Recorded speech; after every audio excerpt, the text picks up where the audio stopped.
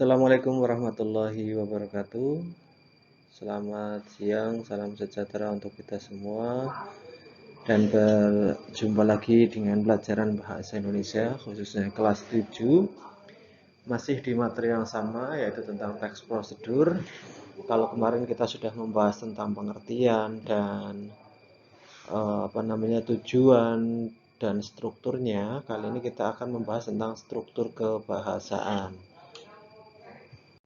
Tapi sebelum kita melangkah ke materi selanjutnya tentang struktur kebahasaan, kita mengingat dulu materi yang sudah pernah kita bahas kemarin tentang pengertian teks prosedur.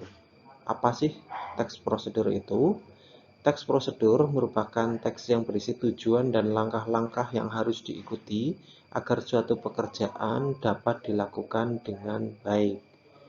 Dalam bahasa mudahnya, teks prosedur adalah teks yang menceritakan bagaimana cara membuat atau bagaimana cara melakukan sesuatu.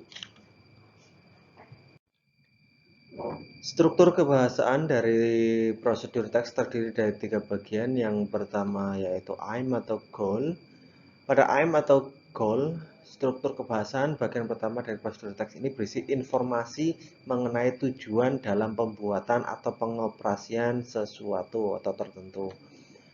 Yang kedua, yaitu materials.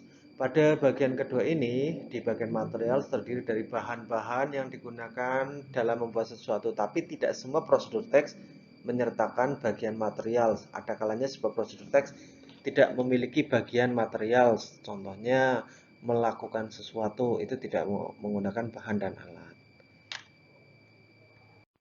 Ada 3 jenis prosedural teks yang tidak menggunakan bagian material, yaitu prosedur teks yang menjelaskan bagaimana sesuatu bekerja atau bagaimana cara melakukan instruksi secara manual. Contohnya bagaimana cara menggunakan game, video game, atau menggunakan komputer, atau menggunakan tape recorder, dan lain sebagainya. Kemudian prosedural teks yang menginstruksikan bagaimana melakukan aktivitas-aktivitas tertentu dengan peraturannya. Contoh, peraturan dalam berkendara yang aman, peraturan dalam sebuah permainan, dan lain sebagainya. Prosedur teks yang berhubungan dengan sifat atau kebiasaan manusia, bagaimana contohnya, bagaimana cara tersenyum, bagaimana cara hidup bahagia, bagaimana cara hidup sehat, dan lain sebagainya. Step. Pada bagian step berisi tentang langkah-langkah atau urutan-urutan yang harus dilakukan agar tujuan yang diuraikan pada bagian aim atau goal bisa tercapai. Langkah-langkah atau urutan-urutan tersebut haruslah urut dari yang pertama hingga yang terakhir. Nah, ini adalah materi yang akan kita bahas, yaitu ciri kebahasaan. Nah, pada setiap teks itu pasti mempunyai ciri bahasa sendiri-sendiri.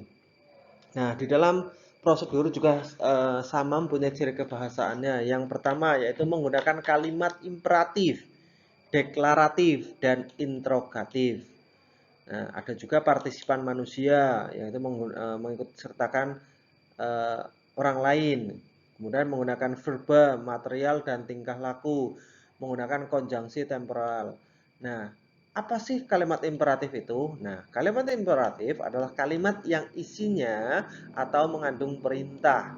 Contohnya, kenali titik petugas, pahami kesalahan Anda, pastikan tuduhan pelanggaran, dan lain sebagainya. Kemudian yang kedua, kalimat deklaratif. Kalimat deklaratif adalah kalimat yang berfungsi untuk memberikan informasi kepada pembaca. Contoh, pengendara memahami kesalahannya, pengendara menolak atau menerima tuduhan, pengendara memastikan tuduhan pelanggaran. Kemudian kalimat interrogatif, dari katanya interrogatif berarti tentang menanya ya. Kalimat interrogatif adalah kalimat yang berfungsi untuk minta informasi tentang sesuatu.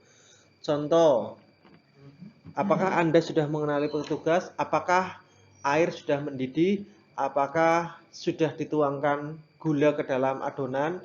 Dan lain sebagainya. Kemudian partisipan manusia. Maksudnya adalah partisipan manusia adalah semua manusia yang ikut serta dalam suatu kegiatan. Contoh, jika pengendara melakukan pelanggaran, tentu pihak yang berwajib menilangnya. Kemudian ada verba. Apa sih itu verba? Verba dibagi menjadi dua, yaitu verba material dan verba tingkah laku. Kita bahas dari yang pertama, verba material. Verba yang mengacu pada tindakan fisik melakukan memukul, menuangkan, mengiris, mengoles, dan lain sebagainya. Kemudian verba tingkah laku mengacu pada sikap yang dinyatakan pada ungkapan verba, bukan sikap mental yang tidak tampak seperti menerima atau menolak dan lain sebagainya.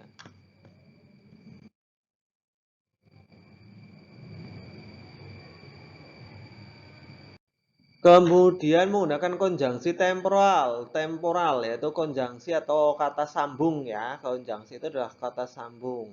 Konjungsi temporal, temporal adalah suatu yang mengacu pada urutan waktu. Contohnya, yang pertama tuangkan, yang kedua isilah, yang ketiga, yang keempat sampai yang terakhir. Itu namanya konjungsi temporal atau konjungsi yang mengacu pada urutan dan waktu.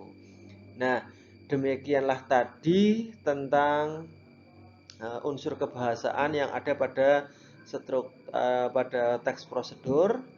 Kita cukupkan dulu sampai di sini tentang teks prosedur. Untuk minggu depan kita lanjutkan ke materi yang selanjutnya, tapi sebelumnya mungkin besok akan kita lakukan penilaian tentang teks prosedur, yaitu tentang membuat sesuatu yang sudah jadi dan kalian sajikan, presentasikan di depan kelas. Demikian tadi yang bisa Pak Guru sampaikan. Jangan lupa belajar dan selalu jaga kesehatan. Sampai bertemu di materi yang selanjutnya. Sekian. Assalamualaikum warahmatullahi wabarakatuh.